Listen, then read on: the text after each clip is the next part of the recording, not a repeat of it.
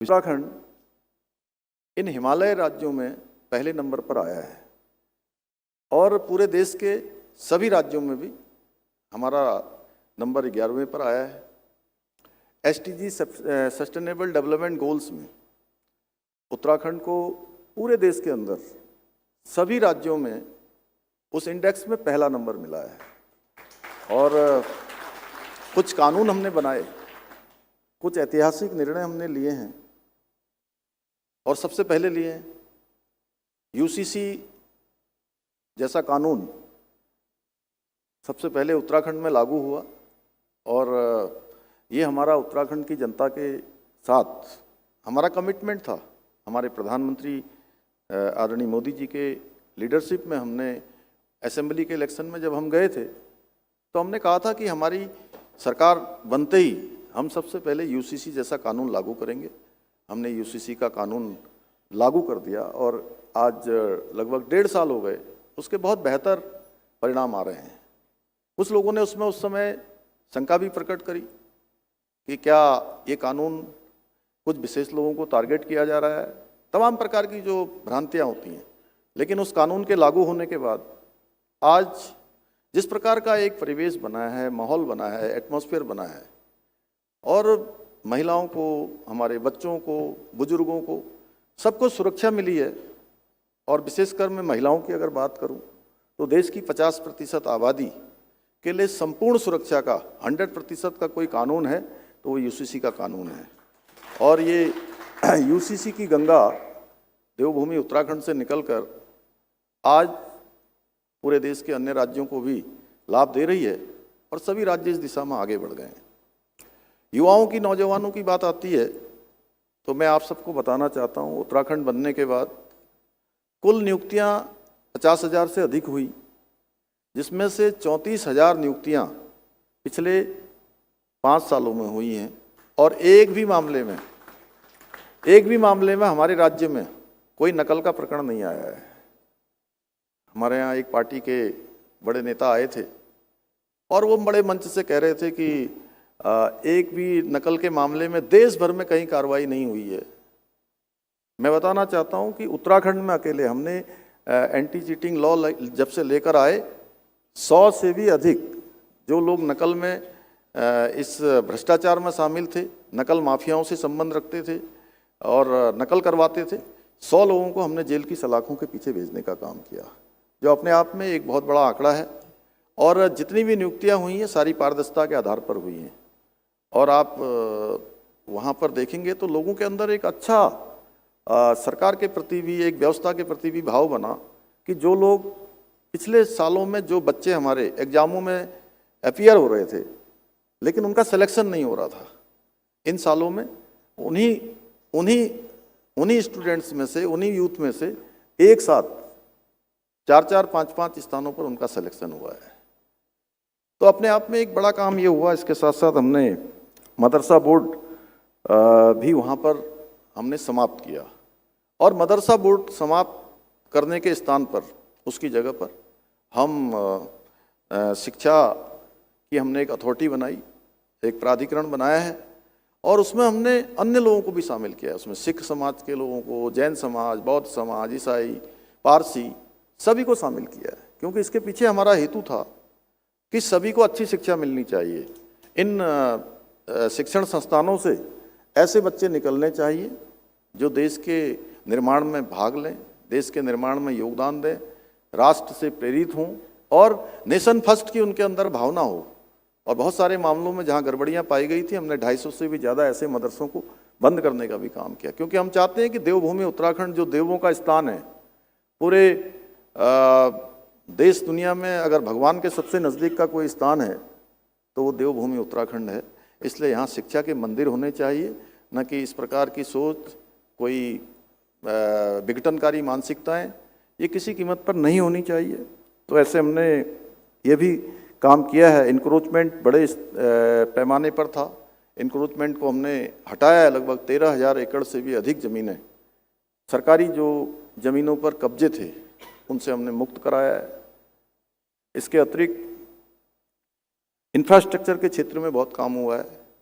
Industrial growth काफ़ी हुई है।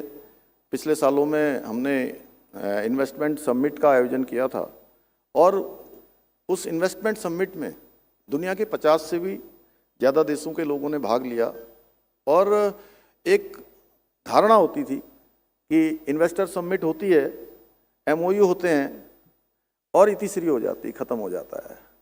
हमने इस धारणा को बदलने का प्रयास किया और इन्वेस्टमेंट समिट के बाद लाखों करोड़ रुपए का इन्वेस्टमेंट, हमारा ग्राउंडिंग भी हुआ है, धरातल पर उतरी हैं चीज़ें। आज रेल का क्षेत्र हो, रोपवे का क्षेत्र हो, रोड का क्षेत्र हो, इन चीज़ों पर तेज़ी से काम हो रहा है।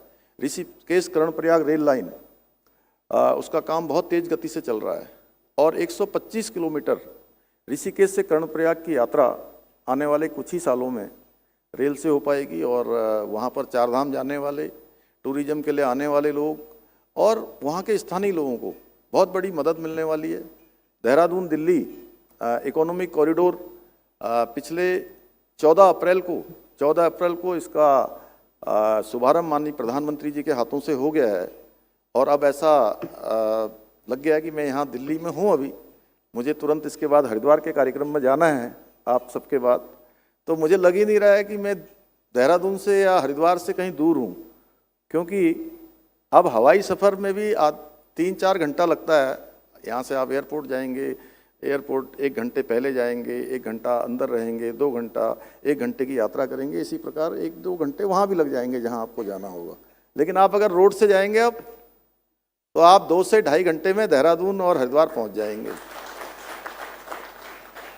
तो ये इस प्रकार की प्रगति रोडों के क्षेत्र में हुई है। चारों धामों में आने वाले हमारे यात्रियों की संख्या बहुत बढ़ गई है। 47 लाख लोग अभी तक चार धाम की इस वर्ष की यात्रा कर चुके हैं, क्योंकि चार धाम ऑल वेदर रोडें बन गई हैं। हमारे यहाँ केदारनाथ जाने के लिए रोपवे का काम शुरू हो रहा है, उसका निर्माण चल रहा है। सिखों का हमारा पवित्र धार्मिक स्थल हेमकुंड साहब जाने के लिए भी रोपवे बन रहा है। इन दोनों ही स्थानों पर रोपवे बन जाने के बाद जिनकी यात्रा बड़ी कठिन होती है, विशेषकर जो शारीरिक रूप से कमज़ोर होते हैं, जिनका बुजुर्ग लोग होते हैं, उनके लिए 2 दिन 3 दिन की यात्रा होती है। उनके लिए यात्रा कुछ ही घंटों और कुछ ही मिनटों में पूरी हो जाया करेगी। आदि कैलाश जो हमारे भारत का पहला क्षेत्र है, 17,000 फुट की ऊंचाई पर है।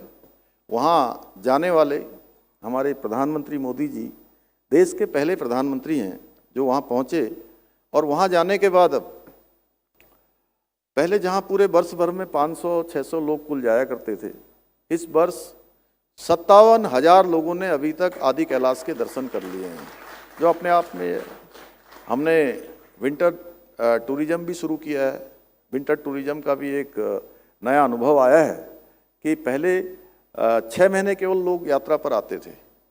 जब कपाट खुलते थे धामों के तब आते थे, लेकिन कपाट बंद होने के बाद भी उनकी डोलियाँ जिन स्थानों पर स्थापित होती हैं, चाहे वो हमारा बद्रीनाथ जी का जोशीमठ पांडुकेश्वर का स्थान हो, भगवान केदारनाथ जी का ऊखीमठ का क्षेत्र हो, या माँ गंगा का गंगोत्री के बाद अब उनकी डोली मुखवा उनके मायके में पूरे 6 माह रहती हैं, वहाँ पूजा अर्चना होती है। इसी प्रकार से यमुनोत्री यमुना जी की खरसाली क्षेत्र में रहती है।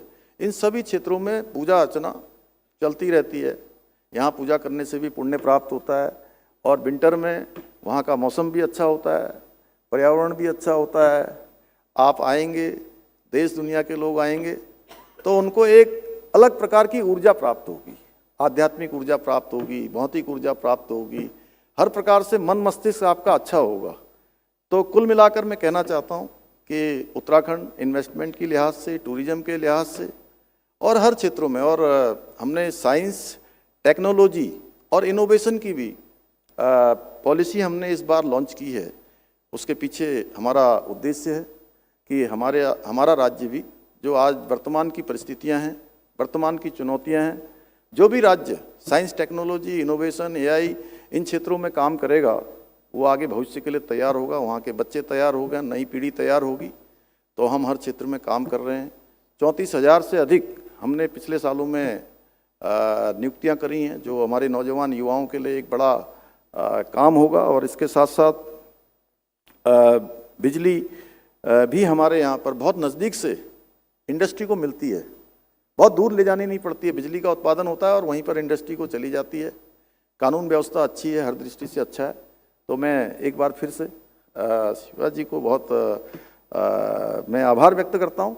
मैं तो इनसे मिलने आया था और इन्होंने कहा कि कुछ आप सबसे मैं थोड़ी सी बात रख लूँ, तो मेरे लिए भी बड़ा अच्छा हुआ कि आप सबसे इतने सारे लोगों का, और ऐसे लोग जो बहुत सारे सेक्टरों में काम करते हैं और उन क्षेत्रों को लीडरशिप देने का काम करते हैं, उन सभी के समक्ष आके ये छोटे से समय में बात रखने का मुझे अवसर मिला। मैं आप सभी को आमंत्रित करता हूँ। अगले साल हमारा जनवरी में कुंभ का आयोजन भी हरिद्वार में हो रहा है, तो आप सब उसके लिए भी आमंत्रित हैं कि अच्छा कुंभ हो, उसके लिए हम लोग व्यवस्था अभी से उसकी कर रहे हैं। तो मैं एक बार फिर से आप सभी का धन्यवाद करते हुए अपनी बात समाप्त करता हूँ। बहुत बहुत धन्यवाद।